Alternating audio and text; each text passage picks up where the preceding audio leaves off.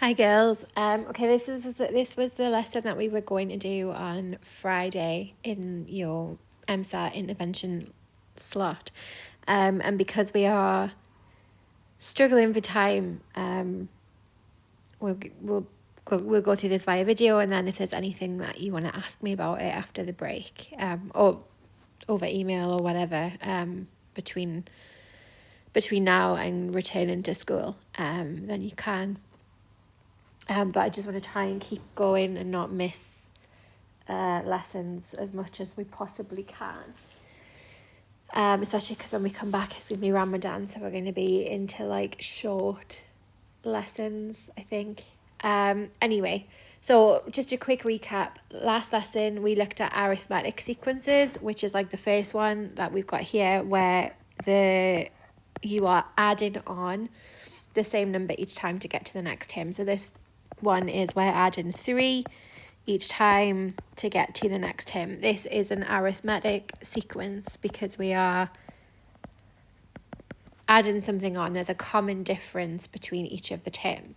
The one underneath isn't. Between the first and second term, there's a difference of 3, then 6, then 12, then 24, because instead of adding the same thing on, we are multiplying by the same time in this sequence. This is a geometric sequence, so I'm multiplying by 2 each time to get the next term. So this is a geometric sequence, which is when we have a common ratio between the terms rather than a common difference, like in an arithmetic.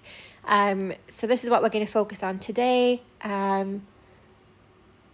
We'll have a look at how to find the nth term, and then we'll have a look at series as well, where we're adding up a certain number of terms in a geometric series, and then how we use those to kind of solve problems and things.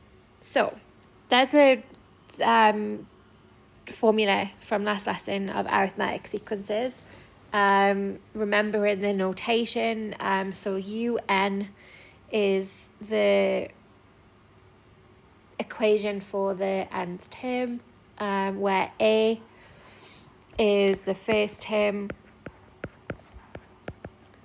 D is your common difference, and N is the position that you're interested in.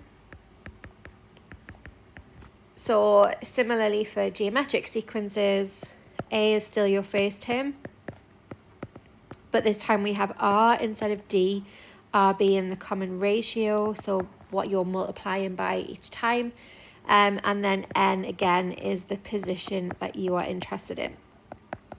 So we're going to use that to see how it works. So to find the nth term of a geometric sequence, we do the first term multiplied by the ratio to the power of n minus 1. So AR to the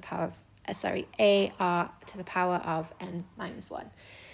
So we're going to use that to find the 10th and the nth term for these sequences, which are both geometric.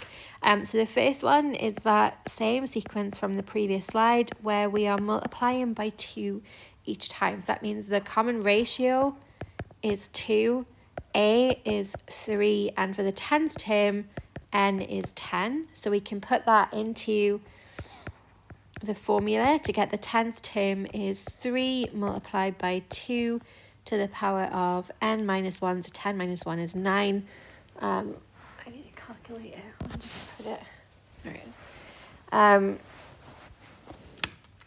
So 2 to the power of 9, multiply it by 3 is 1,536.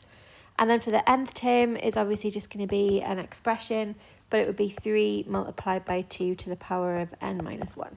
That's our nth term, and we can just leave it like that. There's nothing that we can do to simplify it. That's it.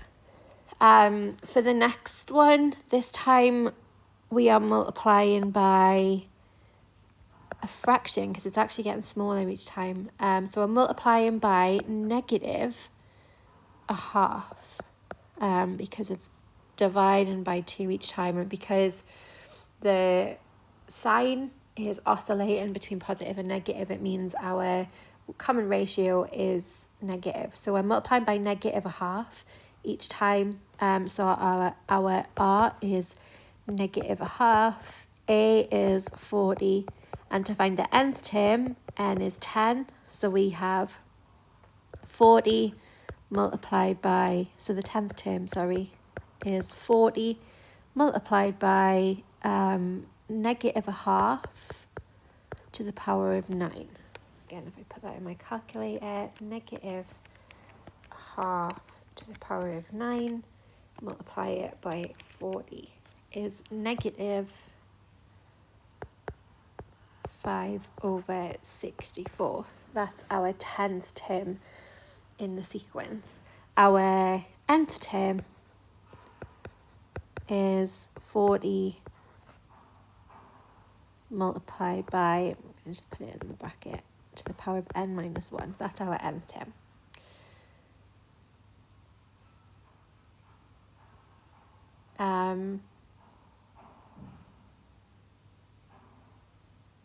They've put, sorry, I'm just looking at the answer on the slide. They've got it in a much different, in a completely different form. But yeah, I don't think it really matters. I would just leave it like this. They've kind of simplified it not weird, but simplified it in quite a complex way with the power and the fraction and stuff. Yeah, we're going to ignore that. We're going to leave it like this. For an example then, you could be asked questions like this.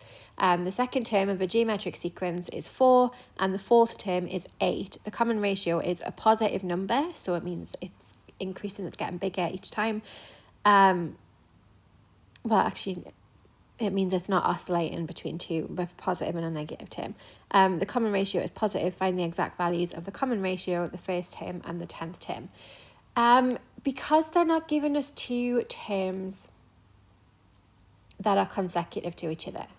We've got the second and the fourth rather than like the second and the third, or the third and the fourth, which means that, so say you've got your second term in the sequence. I'm just going to say x, and then you've multiplied it by something, by r, to get the third term. So let's say y, and then you've multiplied it by r again to get the fourth term. So this is second, this is third, and this is fourth. To get the fourth term. So what you've essentially done is multiplied by r twice, which is multiplying by r squared. So because it's a ratio, if we were given two consecutive terms, what we would do is divide the third by the second. So we would do like y divided by x would give us the common ratio, because we've multiplied by something to get from x to y. So if you divide y by x, would give you what the common ratio is. However, we're going to have to do y divided by z, because we're not. We're going to do z divided by x, because we don't know what the third term is. They only give us second and fourth, which means that's going to give us the ratio, the common ratio squared. So don't or try not to let that catch you out. It's a very easy thing to forget, and to just divide the two terms they've given you and put that equal to the ratio, okay? Try not to overlook the fact that actually to get from the second to the fourth term, we've multiplied by r twice. So we've multiplied by r squared altogether. I'm going to rub that out because that was just a quick to try and help you see what was happening. So to find the common ratio, we are going to do, we're going to do 8 divided by 4, which is 2, but that is equal to the ratio squared. So the ratio squared is 2, which means r is equal to root 2. It asks for an exact value, so we're going to leave it in third form. So our common ratio is root 2. I'm multiplying by root 2 between each term. The first term then, so if we know the second, to get the first term, we would divide the second term by the common ratio. So to get u1 is equal to 4 divided by root 2. Because it's a surd, we would tend not to leave it like this. We would want to rationalise the denominator. So multiply by root 2 top and bottom to get rid of the surd on the bottom would give you 4 root 2 over 2, which is just 2 root 2 by cancelling the fraction. Yeah, so the first term, U1 or A, is 2 root 2. And then to find the 10th term, we need to put it into the geometric formula, the formula for a geometric sequence. So U10 is the first term, so 2 root 2 multiplied by the common ratio root 2 to the power of 10 minus 1, which is 9. Plug that into your calculator. It's not the nicest calculation to do. Root 2 to the power of 9. And that gives you a nice answer of 64.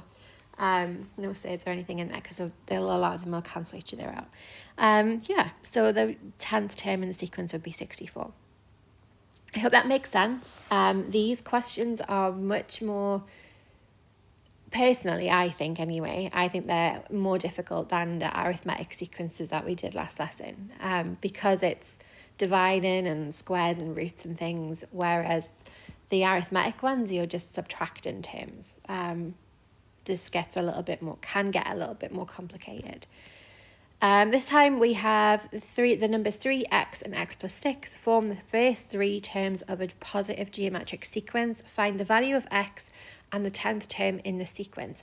Now this time we are given consecutive terms, which means if we do x divided by 3, that has to be equal to x plus 6 divided by x, because if you take 2 consecutive terms and divide them, that would give you the common ratio r, and that would be the same as long as the 2 terms are consecutive. No matter what position you're at in the sequence, as long as your 2 terms are consecutive, if you divide them, you should get the common ratio.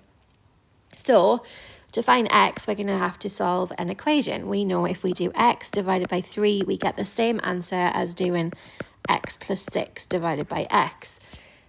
Expand, kind of multiply across and simplify this equation. So multiply the x across, multiply the 3 across, we get x squared is 3x plus 18. Yeah. And then put everything on one side so that we have a quadratic that we can then solve. It's equal to 0. Will it factorize? 6 and 3, yeah. So we have x minus 6, x plus 3 is equal to 0. So x is either 6 or negative 3. We are discarding the negative 3 because we're told that it's positive, so we can get rid of the negative 3. So the value of x is 6. That's part A done. Part B, we're then going to have to use that to find the nth term. So if we put our x back into the sequence, so replace the x's with 6 now. Our sequence is 3, 6, and then 6 plus 6 is 12. So our common ratio is just 2. We're multiplying by 2 each time. So the ratio, R is 2, A is 3, and our n, the term we're trying to find, is 10. So U10 is equal to 3 multiplied by 2 to the power of 9, which I feel like is a sequence we've already done. Definitely, it was the first sequence we did. That gives us 1,536. Yeah.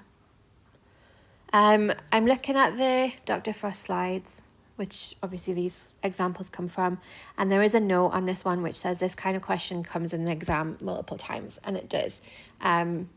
They enjoy these types of questions where it's like find a value of x, or kind of like an algebraic sequence, and you have to use it, solve an equation Because again, it's that thing where they're putting more than one skill into one question. Like you have to solve a quadratic here. You have to form a quadratic, first of all. You have to solve a quadratic, and you have to have the knowledge about geometric sequences in order to do that. So it is a popular exam question. Yeah, and then just like when we did arithmetic sequences, you can also get asked to solve inequalities. What is the first term in the geometric progression? 3, 6, 12. It's the same one again. They're enjoying this sequence. To exceed 1 million. So we want some value of n. Yeah, some value of n to give us a term that is greater than 1 million, where a is 3 and our common ratio is 2. So putting that into the formula, 3 multiplied by 2 to the power of n minus 1 has to give us a value greater than 1 million, an extra 0. Start to simplify that. We can divide the 3 across, so we get 2 to the power of n minus 1 is greater than 1 million over 3. And then we need to get the n out of the power, which again, which is why these are popular exam questions, takes us back to the chapter on logs, and we can use a log to get rid of the base 2. So because,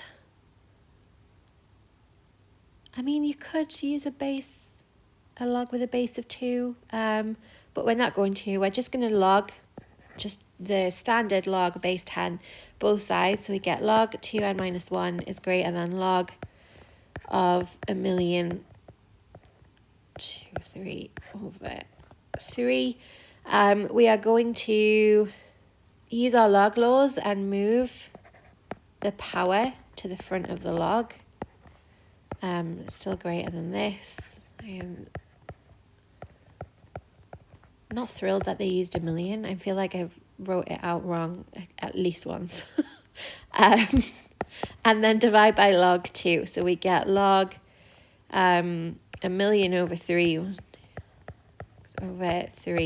divided by log 2. We can work that out on a calculator now. So log 1 million over 3, and then divide that by log 2 gives us 18 point, well, we're going to need n to be a whole number anyway, so I'm going to just round it to 1 decimal place, so 18.3, and then add the 1 across, gives us 19.3. And can it be a decimal? So the first term, which would give us a term bigger than the first term that would give us a value of more than 1 million would be 20. The 20th term in the sequence would be greater than 1 million. You'll find that because you're multiplying each time instead of adding something on, the terms get pretty big pretty quick. We're only 20 terms in and our values are already over 1 million. So you will have to work with big numbers, and you will have to use logs a lot on geometric sequences, especially when we're trying to find like a value of n. They do expect you to use your log and exponential knowledge in alongside your geometric sequence knowledge. Again, it's that thing where they love to put more than one topic into an exam question. Now we are on to series. Now again, last lesson we looked at the formula for an arithmetic sequence series, which is when you were adding up all of the terms. It was n over 2, 2a plus n minus 1d. We have a formula for geometric. Again, there's a proof on the slides. which is worth having a look through yourself, but I'm not going to go over in too much I'm not going to go over it all right now, but have a look at it, and if you have any questions, let me know. Again, once came up in an exam, but unlikely to come up again, but worth knowing. It's nice to know, definitely nice to know the proof and where this formula came from, but unlikely to come up in your international A level. So the formula we're using for geometric series, not sequence. Sequence is just the numbers, like your list of numbers. Series is adding all of those numbers up together.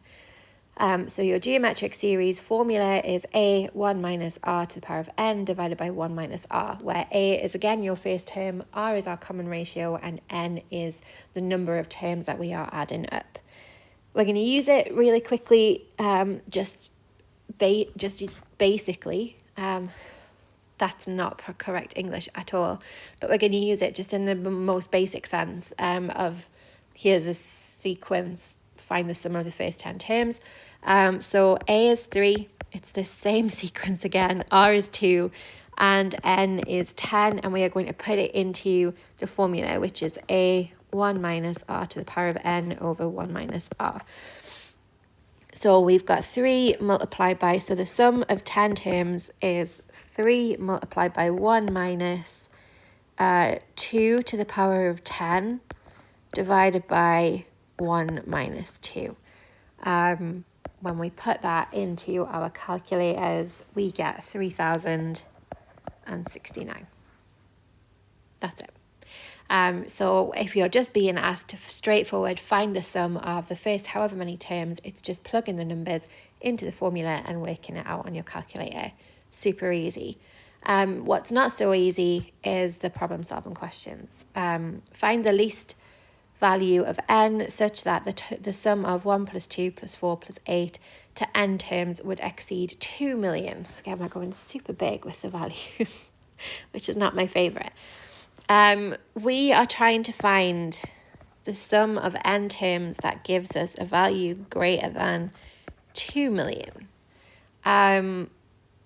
We know that A is 1, R is 2, we're multiplying by 2 each time, and N is what we are trying to find. So put what we know into the formula. Again, just to refresh your memory, it's A 1 minus R to the power of N over 1 minus R. We have A is 1, and then 1 minus 2 to the power of N divided by 1 minus 2. Needs to be greater than 2 million. Simplify where you can. So because we're just multiplying by 1 on the top, like the number outside of the bracket is just 1, we've got 1 minus 2 to the power of n, like we can kind of ignore that 1 outside of the bracket. And then 1 minus 2 is negative 1. So if we are dividing by negative 1, all we're doing is switching the signs around. So it becomes 2 to the power of n minus 1 is greater than 2 million. Which means because we've just simplified the fraction on the left hand side, rather than multiply that negative 1 over to the other side, it means we don't have to remember that the inequality sign switches and all of that stuff. So it's easier to deal with the negative on the same side of the equation that it's already on, rather than trying to move it. That leads to complications where we'd have to flip the sign, which is something that's very easy to forget to do. So we're just going to leave as is. We're going to add the 1 across. So 2 to the power of n is greater than 2 million and 1. Super fun. And then this time we're going to take log of base 2 of both sides to get n outside of the log. So if we do log 2 of both sides, and the 2 cancels out, leaving us with just n is greater than log of base 2 of 2 million and 1. If we work that out on our calculator, we get n has to be greater than 20.9. Again, n cannot be a decimal, so n is equal to 21. So we need 21 terms in the sequence for that the sum to be greater than 2 million. So n is equal to 21.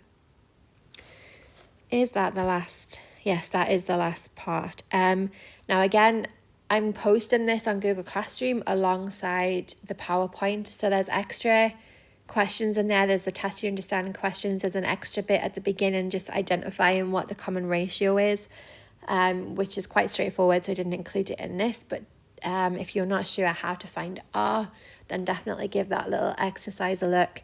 And then there's the exercises from the textbook as well.